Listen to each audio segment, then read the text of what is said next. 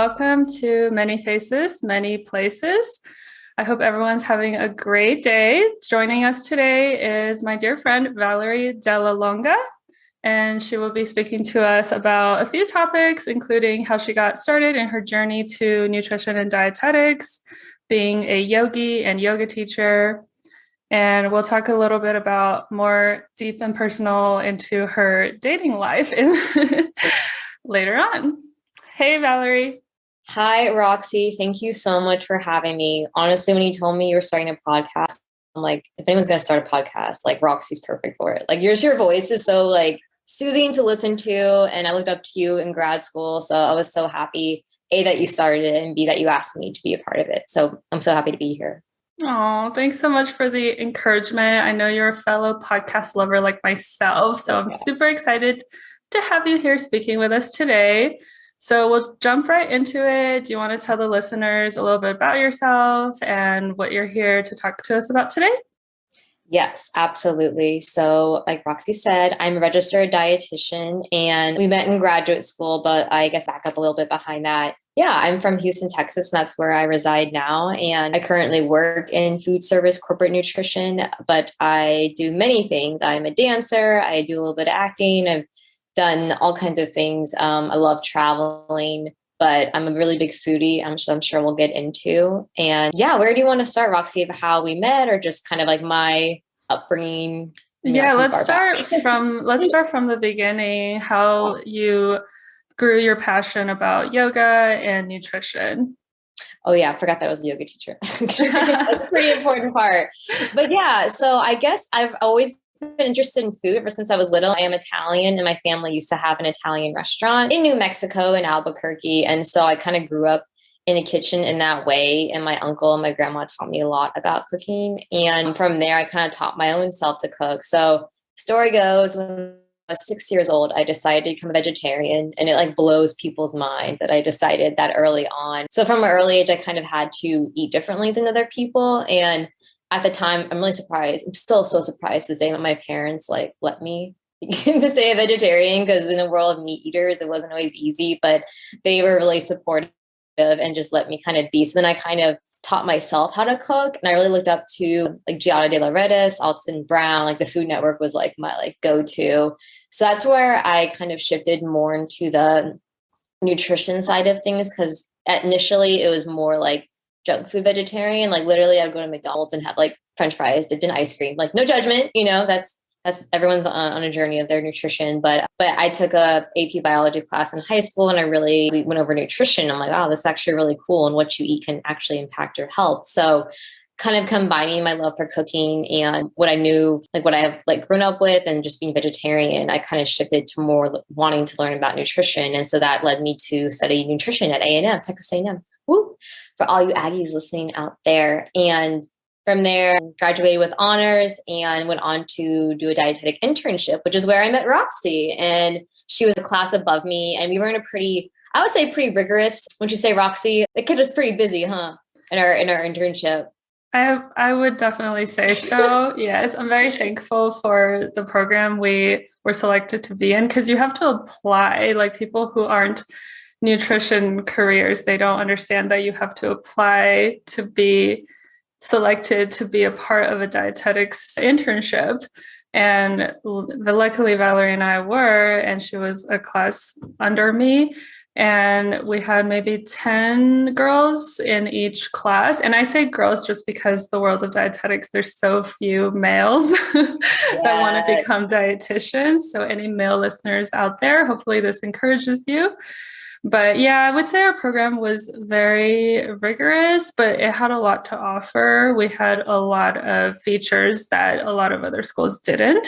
For example, we had a holistic garden, which I still talk about to this day. I still remember the things we've learned about growing produce and organic farming. And it was an urban garden too, set in the center of the medical center in Houston. So it was just concrete everywhere, but then out of nowhere, there's this sanctuary. And I really took a lot from that experience. So I have a lot to thank for our school. Let's just give a shout out. It's UT, School of Public Health in Houston, Texas Medical Center. So that's where Valerie and I met. And I'm really thankful that we met through that program, and we've had a great friendship ever since.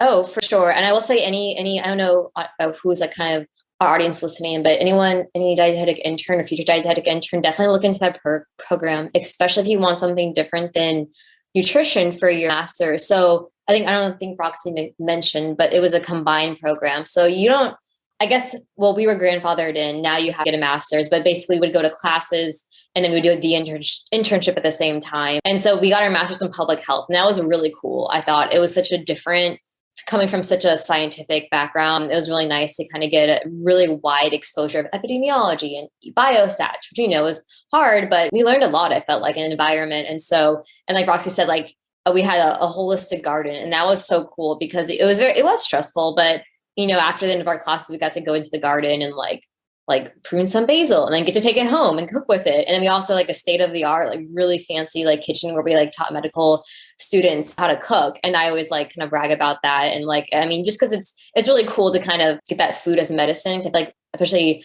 medical students and doctors don't get that education. It's just, there's just not really room for it in their curriculum. So I was really happy to be a part of that. And my favorite rotation, which is possibly because of Roxy, was working on a vegan food truck. And that's also a really fun story to tell. But yeah, it's now a restaurant here in Houston called Verdine. So anyone looking for plant-based food, I am very biased, but I will say it's like the best like vegan food I've ever had. And Rox, because we had a one rotation where we got to work wherever we wanted to within reason. And then Roxy's like, oh, we're going to food truck. And I'm like, I want to do that. So Roxy was a role model in many ways. And Stephanie, the chef, I learned so much from her. And she's a dietitian and a chef and a vegan. So learning how you can, serve so many people and not only just like vegan food, but actually make it healthy. It was a really beautiful experience. And I'm super grateful for everything that I've learned. And yeah, people don't always understand the difference between dietitian and nutrition but we did the grad school, we did the internship, and then we sat for the exam and studied the exam and passed it. And now we're all RDs.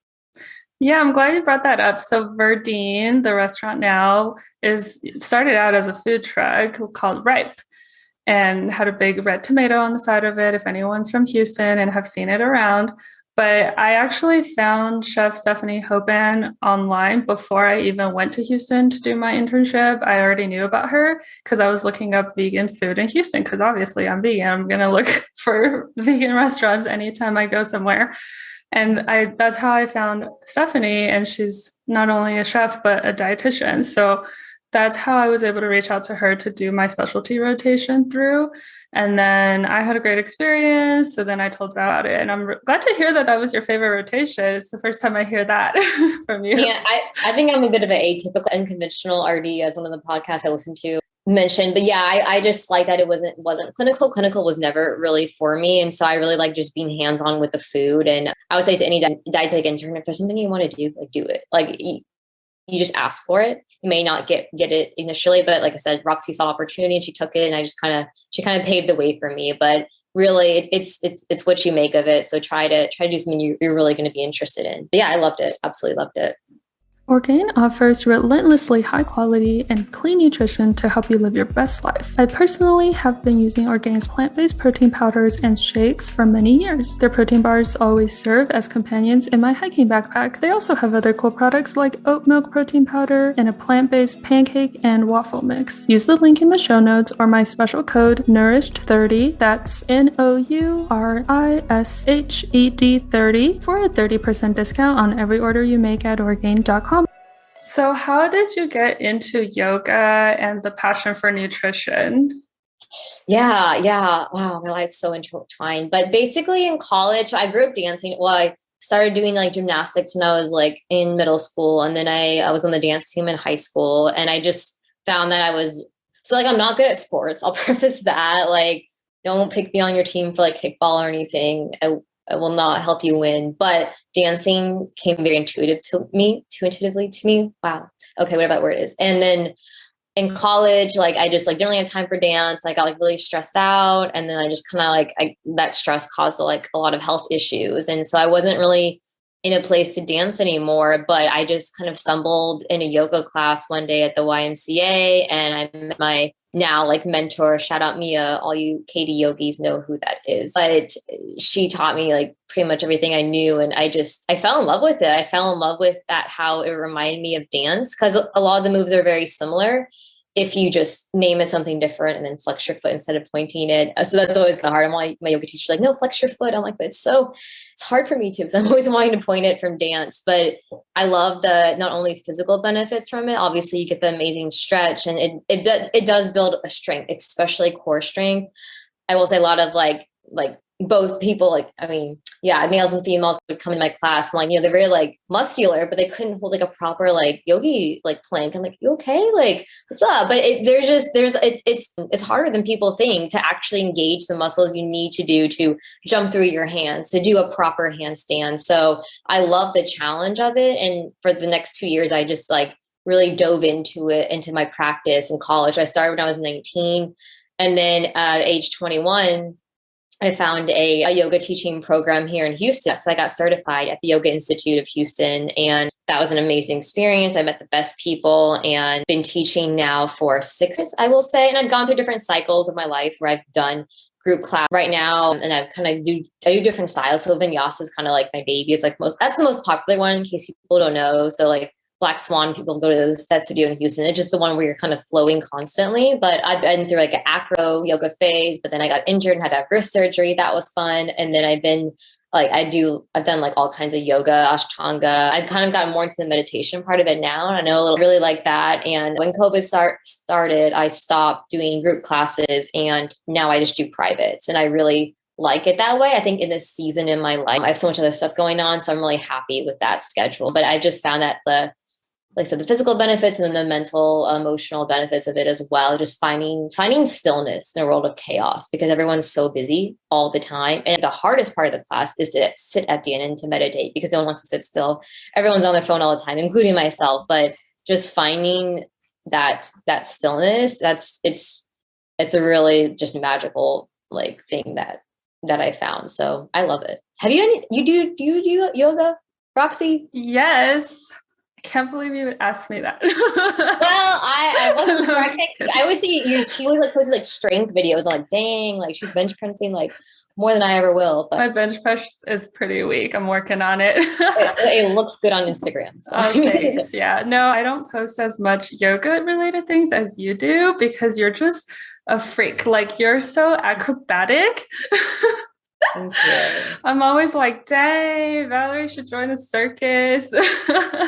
I've done a circus art performing company did actually hire me contracting for a little bit for COVID. And I got to perform at events, and that was so much fun. So basically they hand painted these costumes. And I do like acrobatic type things like at like big shows and like company parties. And that was like a blast. So in another life, I would have gone to a contortionist school, but decided to get a degree, go to grad school instead. But you're too smart to only focus your energies on one thing. Well, if I'm going to break a leg, but I can break a leg and still work. But like, I think it's a great circus arts, performing arts is like amazing, but I wanted to have that kind of stable career too. But no, I still love it. I am hypermobile. So it is easier for me. I'm naturally flexible. So people make like, oh, you're so flexible. I'm like, yeah, I do work every day. I work really, really hard to get to where I am. But like, I do have that genetic ability too. So that helps. Is that a thing? Hypermobile? So yeah, people are like, oh, you double jointed. Double jointed is like, per my doctor, she said that like the joints actually like come apart, then come back together. I'm just like hypermobile. So I shouldn't do this because yoga is really hard on your wrist. I had a wrist surgery, but like, I can just bend further than most people can. But hypermobility is a thing. And it kind of led me into, which we'll get into too, is kind of my niche in dietetics, which is kind of more high anxious, like gut problems, because there's a correlation with people who are hypermobile and just we're more prone to anxiety, which is really interesting. I found, we all are, but yes, it's definitely a thing to answer your question. Oh, wow. We're going to have to do a deep dive on that topic, because I want to learn more about that. It could be a whole nother podcast. Yes. But I will review. Yeah. But yeah, to answer your question, I do yoga. I was more consistent with it before, but then I got into weightlifting and then I got addicted to weightlifting. It's beautiful if you can find a balance because the two really, really complement each other. So I've learned I'm like, oh, I'll just be super flexible. But what happened was I gain muscle really easily, but I lose it very easily. If you don't, you need strength, you need before flexibility, because if your muscles can't engage in the way that they need to hold even the splits, like you're risking yourself to injury. So strength will come before flexibility. But even I say people who are like not yogis, but y'all are really into like strength training, that's awesome. Like just once a week, just pop on a YouTube video or DM me and we can talk about some private classes, whatever. But if any way you can integrate stretching, it's gonna progress your sport, in your case, weightlifting. Definitely. I definitely believe in a marriage between any physical activity. So yoga, dance, hiking, sports, weightlifting, swimming. I love swimming too. So those are all cycling, anything that you can do that incorporates different muscle groups and different styles of movement. I just love. So I'm all about trying different things. Like I love Zumba. So it's not just about one sport for me really. And I enjoy kickboxing also. So it's just like different things that I just enjoy all types of, I think, exercise.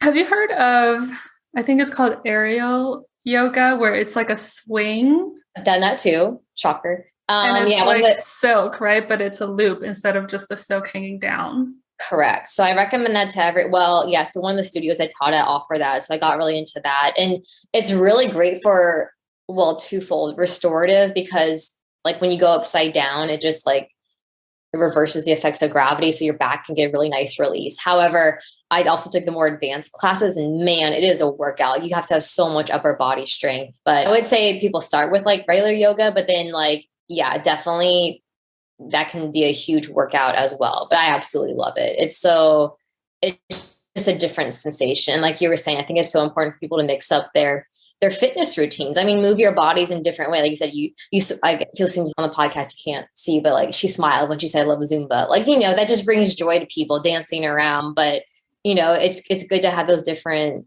tools and then, you can just mix it up.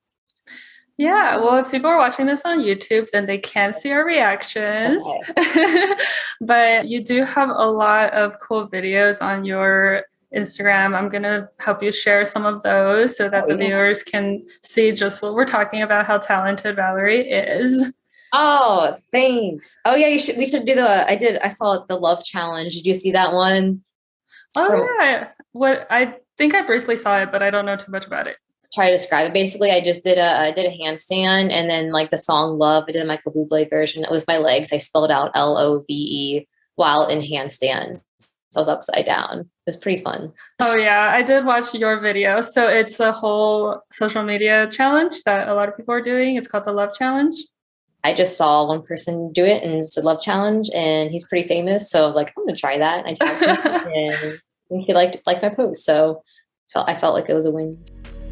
I hope you enjoyed this episode. For ways to support the podcast, please tap on the bio link in my Instagram page at MFMP pod. Consider becoming a patron at patreon.com/MFMP. In addition to helping me keep the show on air, you'll also receive access to exclusive content and other patron-only perks. Till next time.